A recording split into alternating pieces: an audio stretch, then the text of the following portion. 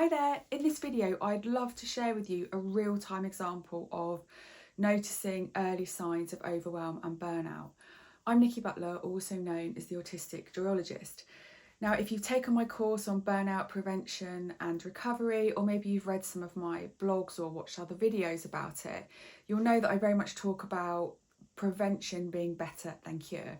So really noticing the early signs of overwhelm and burnout can enable you to take some steps at the time to stop you progressing into a full burnout.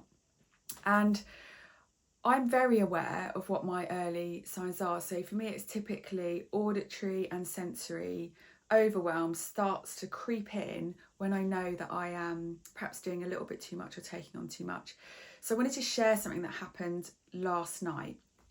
Now, last week I was on fire. That's how I would explain it. I achieved a monumental amount of work in a very short period of time.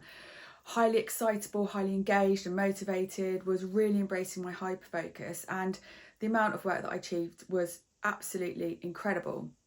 However, yesterday I reflected back, and looking at that I can see that I was starting to be a little bit tired. My brain was a bit foggy.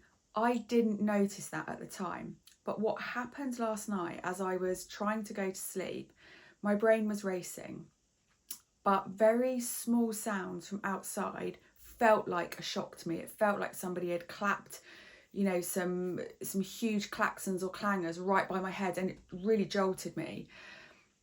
And that made me realise that I am in the early stages of overwhelm. So I've taken on so much, I've achieved loads in the last week, but it's had a consequence. So now my energy levels are depleted, and whilst the motivation is still there, I know deep down that my ability to continue to function at that high level just isn't realistic. And as I laid there and could hear noises from my neighbour next door, I could hear sounds out on the street, everything made me jolt.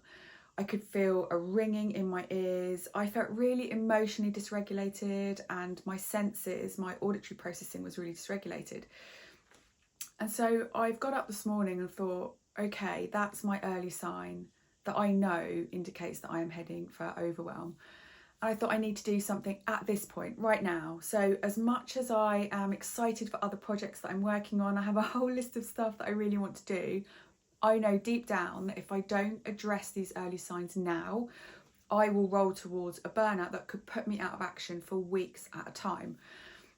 So this morning I've got up and I've done some exercise that is enough to help basically get me going and to put my energy somewhere else, but is not overstimulating. So I've done some yoga, some stretching and a bit of gentle movement, rather than being on the Peloton bike or doing a heavy strength session. So very much tailored my exercise to a point that it's stimulating but not overstimulating. I've allowed myself some rest time this afternoon, so something that I had intended to work on later on, I've parked. So I will give myself some time to relax. I've got weighted blankets on my sofa, I've got big snuggle rugs. That's what I'll do this afternoon. I'll give myself the opportunity to re-regulate, to calm down, calm my nervous system and my emotional system. I'll also get outside in nature, because I know that being outside and breathing in fresh air really helps to ground me and feel calm. So this is what's so important, and the gift we have when we understand what are very early signs that we are heading for overwhelm look and feel like within our body. And that's why it's so important that you start to think about, what is it that are your early indicators? It could be a physical feeling, it could be an emotion, it could be, like me, the auditory or emotional dysregulation that you are experiencing. I'd really invite you to start to give some thought to that, and then thinking about what can you do to bring yourself back into balance and to re-regulate. Just on that note, I also have an incredible member of my team, Jo, who helps me out all the time, because I know I can share with her when I'm feeling overwhelmed, and there are so many elements of what I do that she offers incredible support on. The content that you see wouldn't be here if I didn't have the lovely Jo supporting me, because I'm not capable of doing it all. And I think that's something that's really important, whether you're a business owner, whether perhaps you work in another organisation, or you're thinking about other areas of your life. You do not have to do it all on your own.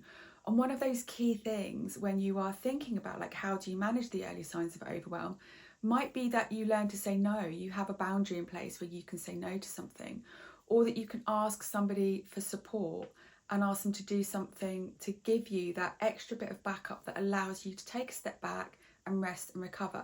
Because the thing is, if you push yourself to keep going forward, that burnout will come. You can't avoid it by ignoring it. So you might have to get a little bit comfortable with being uncomfortable in taking some different actions when you notice the early signs that just allow you to recalibrate, calm down, center yourself so that you can move forward. Always look for the lessons. It's not about a cycle of constant overwhelm and burnout, recovering and stepping back into exactly the same situation. Just have a think about what is it that's causing the overwhelm and the burnout, and what you can do to avoid that in future situations. You'll find so much information in my blogs, on my YouTube, and if you really want to get to grips with your burnout prevention and also recovery, if you find yourself in burnout, then check out my burnout prevention and recovery mini series, and I look forward to seeing you very soon.